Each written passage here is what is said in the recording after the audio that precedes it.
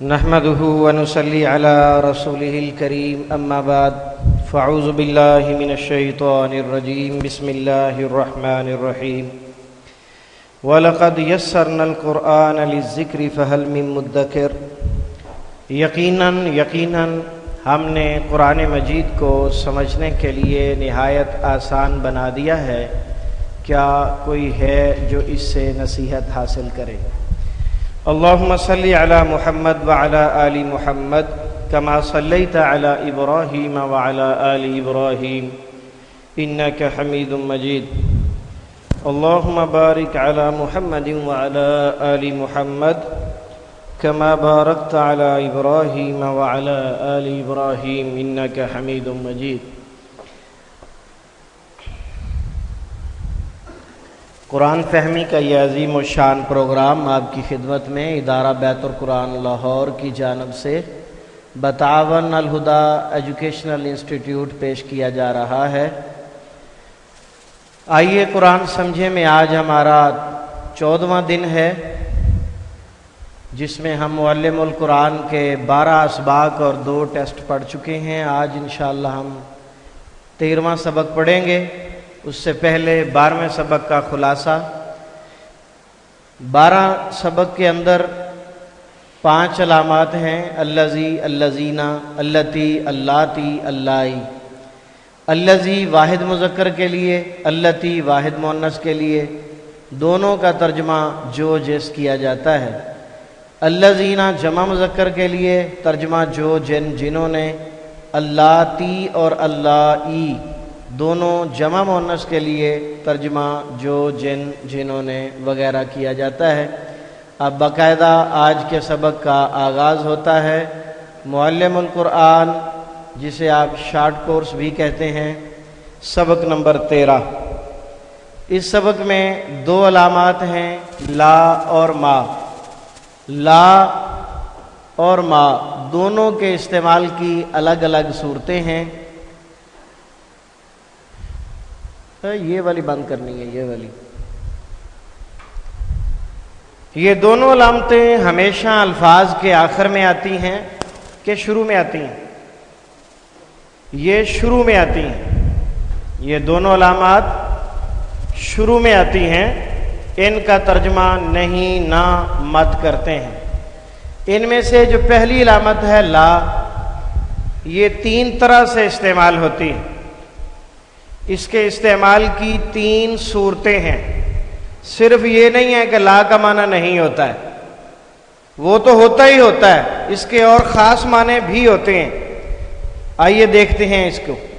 پہلی صورت، لا کے بعد ایسا اسم جس کے آخر پر زبر ہو، تو ایسی صورت میں پوری جنس کی نفی کا مفہوم ہوتا ہے، پوری جنس۔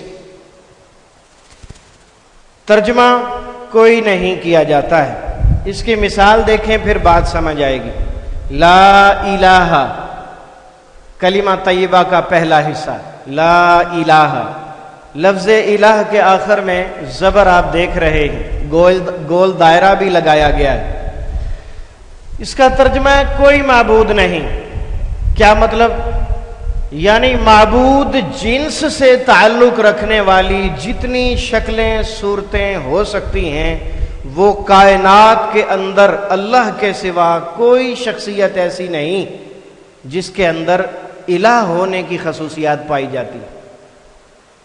معبود ہونے کی جتنی شکلیں صورتیں ہو سکتی ہیں، ان میں سے کوئی بھی کسی انسان، کسی جن یا کسی اور مخلوق الہی میں نہیں پائی جاتی۔ یہ صفات صرف رب کائنات میں پائی جاتی۔ لا الہ، کوئی معبود نہیں۔ لا ریبہ، کوئی شک نہیں۔ قرآن مجید سورۃ البقرہ کی آیت نمبر 2، الف لام میم ذالک الکتاب لا ریب فیہ، یہ وہ کتاب ہے جس میں کسی قسم کا کوئی شک نہیں۔ یعنی شک اور شبہ کی جتنی بھی شکلیں صورتیں ہو سکتی ہیں، ان میں سے کوئی بھی نہیں ہے۔ قرآن ہر قسم کے شک شبہ سے پاک ہے۔ لا اکراہ فی الدین، دین میں کوئی زبردستی نہیں، یعنی قبولیت اسلام کے لیے کوئی شخص کسی پر کسی قسم کی کوئی زبردستی نہیں کر سکتا۔ جس نے بھی ایمان لانا ہے اپنی خوشی سے، اپنے خیر کے لیے، اپنی آخرت کے لیے، اپنی ذات کے لیے اس نے اسلام کو قبول کرنا ہے۔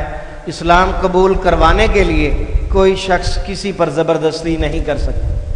لا تصریب علیکم اليوم، آج تم پر کوئی عتاب، سزا، ملامت نہیں ہے۔ یہ سیدنا یوسف علیہ السلام نے اپنے بھائیوں سے کہا تھا جب تمام بھائی والدین سمیت ان کے پاس پہنچے تھے اور بھائیوں کو پتہ چلا کہ یہ تو وہی ہمارا بھائی ہے جسے ہم نے اپنے ہاتھوں سے کنویں میں پھینکا تھا تاکہ اس سے ہماری جان چھوٹ جائے اور ہمارے باپ کا چہرہ ہمارے لیے خالی ہو جائے، تو آج یہ ایک بادشاہ کی شکل میں ہمارے سامنے ہے اور ہم سب اب یقیناً سزا پانے والے ہیں۔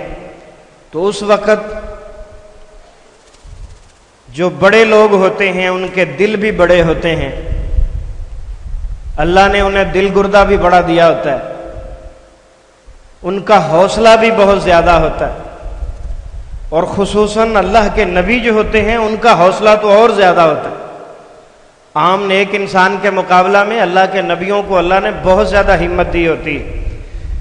تو سیدنا یوسف علیہ السلام نے فرمایا لا تصریب علیکم اليوم، آج تم پر کوئی ملامت نہیں، تمہیں تمہارے ماضی کے کردہ گناہوں میں سے کسی گناہ کو یاد بھی نہیں دلایا جائے گا، سب ایڈوانس میں معاف کرتے ہیں بغیر یاد دلائے۔ تو یہ بہت بڑی اللہ تعالیٰ کی طرف سے نعمت ہے، جس شخص کے پاس ہو وہ پکا مومن ہے۔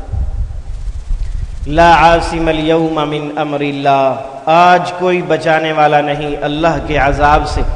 سیدنا نوح علیہ السلام نے اپنے بیٹے سے کہا تھا، جب بیٹے نے کہا کہ میں مسلمان نہیں ہوں گا، اگر اللہ کا عذاب آیا، پانی کا عذاب آئے گا نا، پانی تو نیچے نیچے رہے گا، میں پہاڑ پر چڑھ جاؤں گا، مجھے پہاڑ بچا لے گا۔ ہاں جی، کافر کی عقل اندھی ہوتی ہے۔ تو سیدنا نوح علیہ السلام نے بڑے واضح الفاظ میں سمجھایا تھا، لا عاصم اليوم من امر اللہ، آج کوئی کافر اللہ کے عذاب سے بچنے والا نہیں۔ لیکن اس عقل کے اندھے کو سمجھ نہ آئی اور وہ پہاڑ پر چڑھنا شروع ہوا۔ سیدنا نوح علیہ السلام کی آنکھوں کے سامنے پانی کا ریلا آیا پہاڑ کی طرف اور اس کے بیٹے کو بہا کے لے گیا ان کی آنکھوں کے سامنے۔ یہ کتنا دلدوز منظر ہوگا کہ ایک نبی اپنے بیٹے کو سمجھا رہا ہے اور اس کو سمجھ نہیں آ رہی، اور بالآخر وہ عذاب کی لپیٹ میں آ گیا۔ کتنا دکھ ہوا ہوگا سیدنا نوح علیہ السلام کو۔ اسی طرح ہر نبی کو ہر اس بندے کے بارے میں دکھ ہوتا ہے جو اس کی امت میں سے مسلمان نہ ہو۔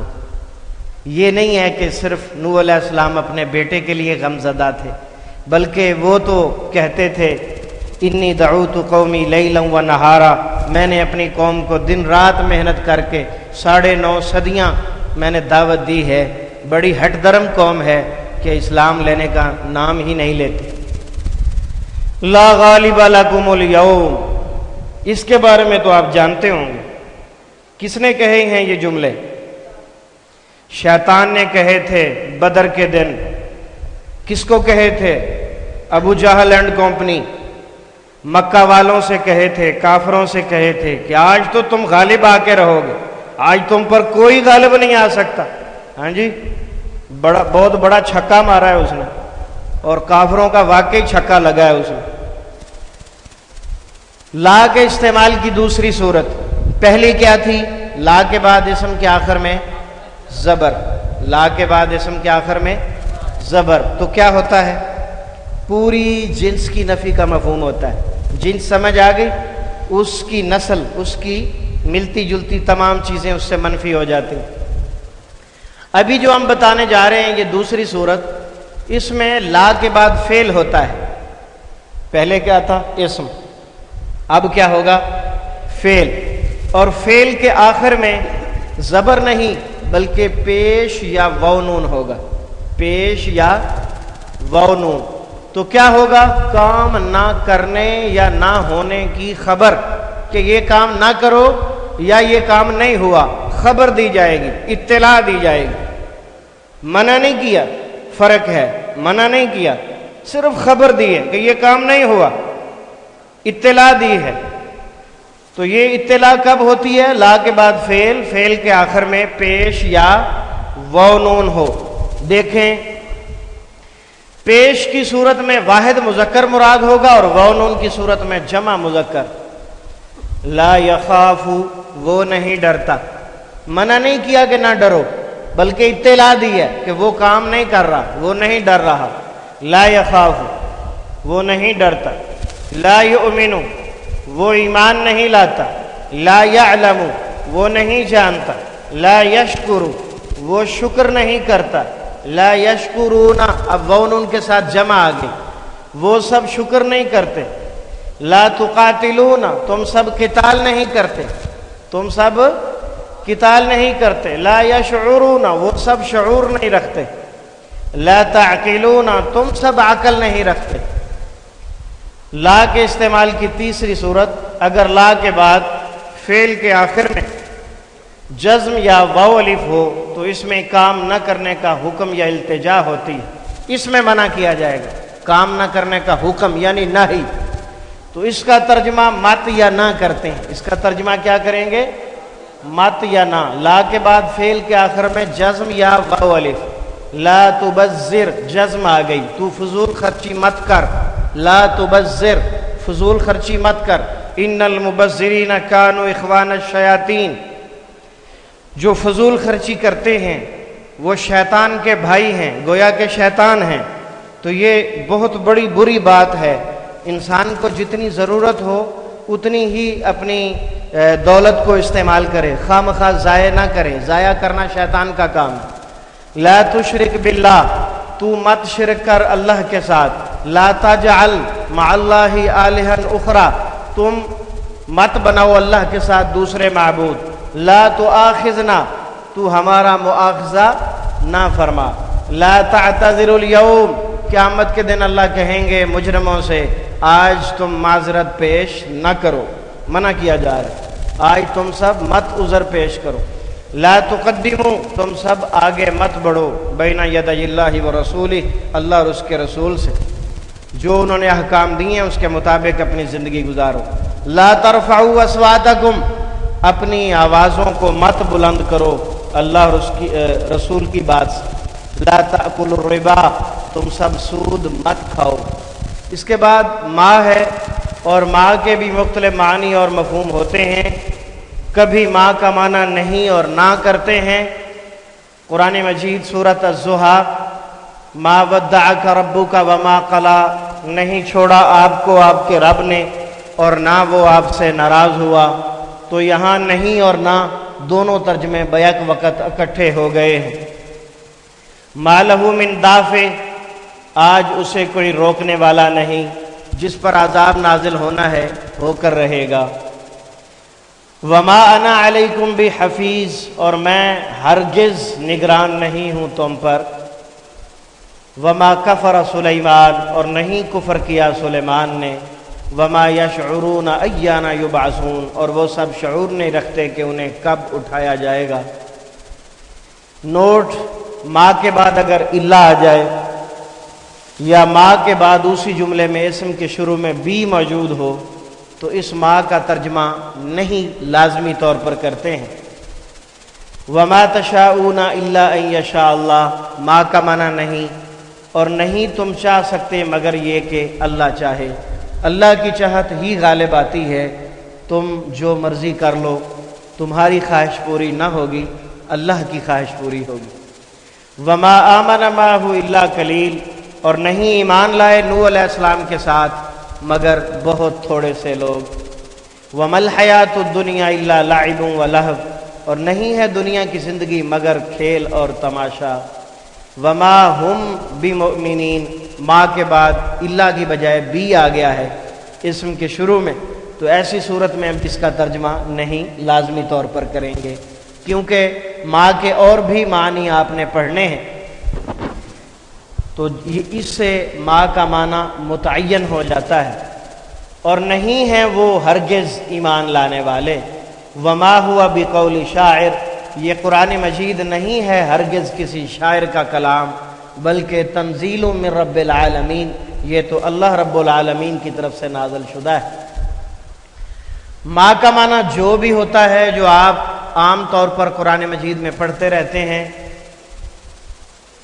وما انزل من قبلک، اور جو اتارا گیا آپ سے پہلے، ما عندکم ینفد، جو آپ کے پاس ہے وہ ختم ہو جائے گا، وما عند اللہ باق، اور جو اللہ کے پاس ہے وہ ہمیشہ رہے گا، جنت۔ وللہ ما فی السماوات والارض، اور اللہ ہی کا ہے جو آسمانوں میں ہے اور جو زمین میں ہے۔ ماں کے استعمال کی تیسری صورت، ماں کا ترجمہ کبھی کیا یا کس بھی کیا جاتا ہے، کیا یا کس، سوال کے لیے۔ وما تلک بیمینک، اور وہ کیا ہے تیرے دائیں ہاتھ میں ہے موسیٰ۔ انہوں نے ڈنڈا پکڑا ہوا تھا، تو اللہ رب العزت نے پوچھا، تو پھر انہوں نے بتایا کہ یہ ڈنڈا ہے، اس کے ساتھ میں درختوں کے پتے جھاڑتا ہوں، میں اپنی بکریاں چرانے کے لیے اسے استعمال کرتا ہوں۔ وَلِيَ فِيهَا مَعَارِبُ أُخْرَىٰ، اس میں میرے اور بھی بہت سارے کام ہیں۔ وَمَا تِلْكَ، اور کیا ہے وہ تیرے دائیں ہاتھ میں ہے موسیٰ۔ وَمَا أَدْرَاكَ مَا يَوْمُ الْفَصْلِ، آپ کیا جانیں کہ فیصلے کا دن کیا ہے۔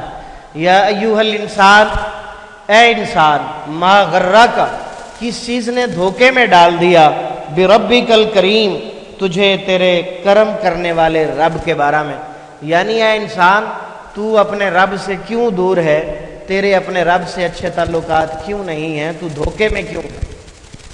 ماں کا چوتھا اور آخری معنی، ماں سے پہلے لفظ بعد ہو تو ماں کا ترجمہ کہ کیا جاتا ہے، من بعد ما تبین لهم الحق، اس کے بعد کہ ان پر حق واضح ہو گیا پھر بھی انہوں نے حق کی مخالفت کی۔